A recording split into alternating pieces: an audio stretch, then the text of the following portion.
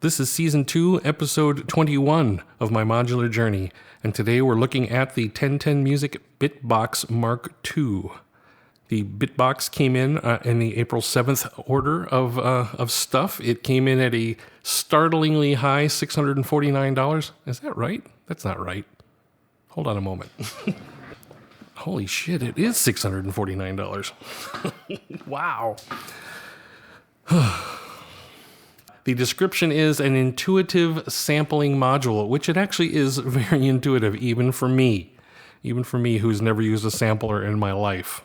It's a completely lovely module with sleek, sexy design, a touch screen, which I love. I love that. Simple menu, not too divey. There's a couple of pages, but it's all very intuitive.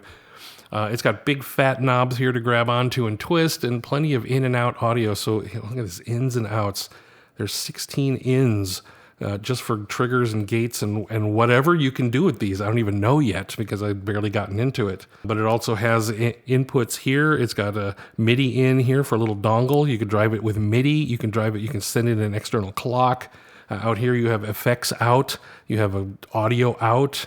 You got these 4 externals over here. Again, four more triggers. This is a huge thing.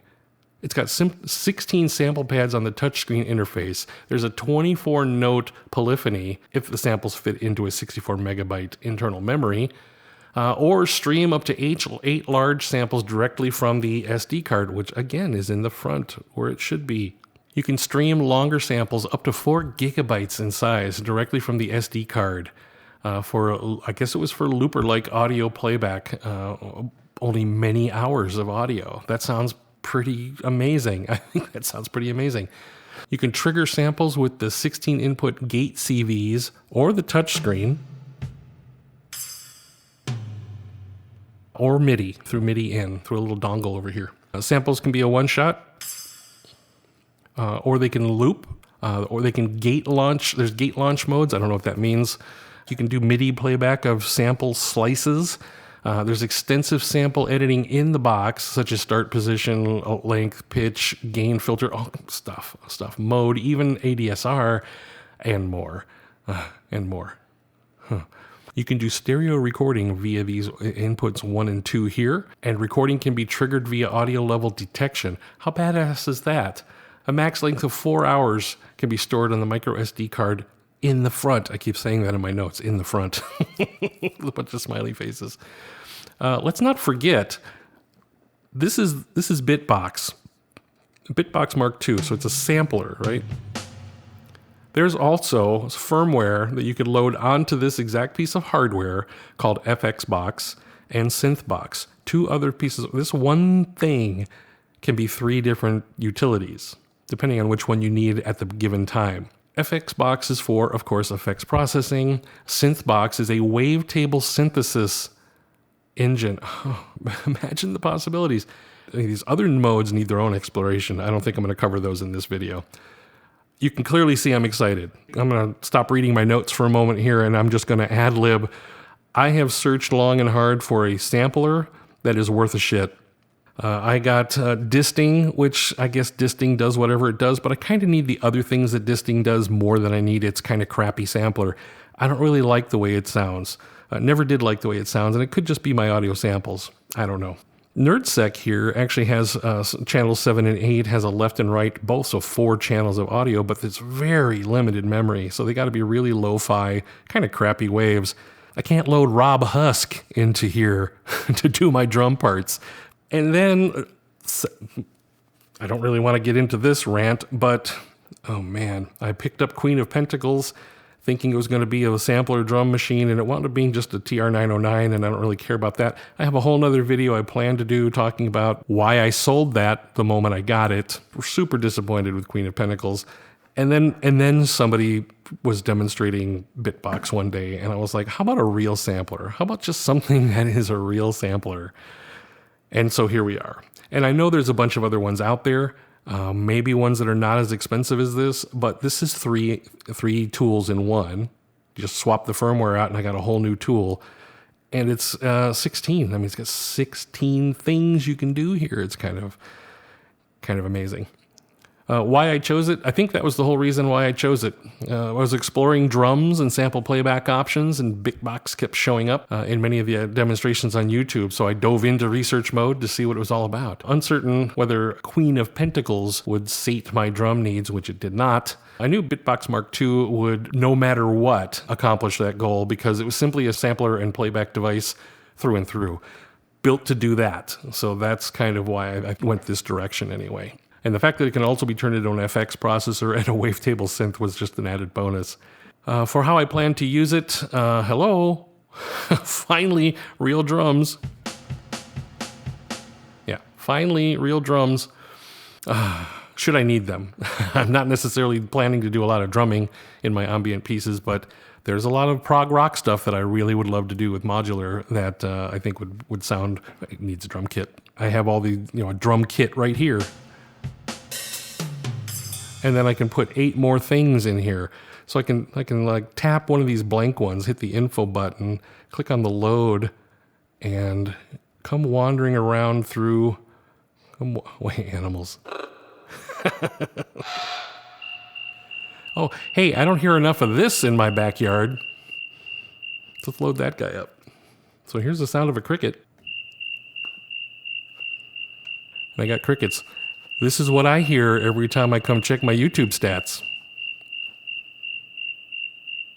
So, in other words, it's pretty easy to throw sound samples on this SD card and then go pick them and throw them into any blank space, throw a trigger in here, and sequence it to play that particular sound. This is now going to wind up being my sample, playback, looper, everything box, and that's pretty much exactly how I plan to use it. Oh yeah, if you hit the home button, you got, here's back to the pads, here's back to some keys. If you want to change the pitch of the sound you were just listening to, there's a whole effects area here on how to route these sounds out the effects bus here. Mix, you want to set volumes for all the different things, and then there's various tools. If this is too bright for you, you can dim it. If you put this in upside down, you can flip it. Oops, now I fucked it up. There we go. So, geez. Compressor, you can turn on and off a compressor. All kinds of settings in here. And then here's where you go to find your presets or drum beats. It comes with all of these different things in here. Pretty neat stuff here. And again, touchscreen, so you just tap it. As far as a demo, I kind of have the thing I just did in the Eloquencer video, which I can just play a couple of rounds of. So you can hear it playing the kick and snare, closed hi-hat, and this ride cymbal. So there's that.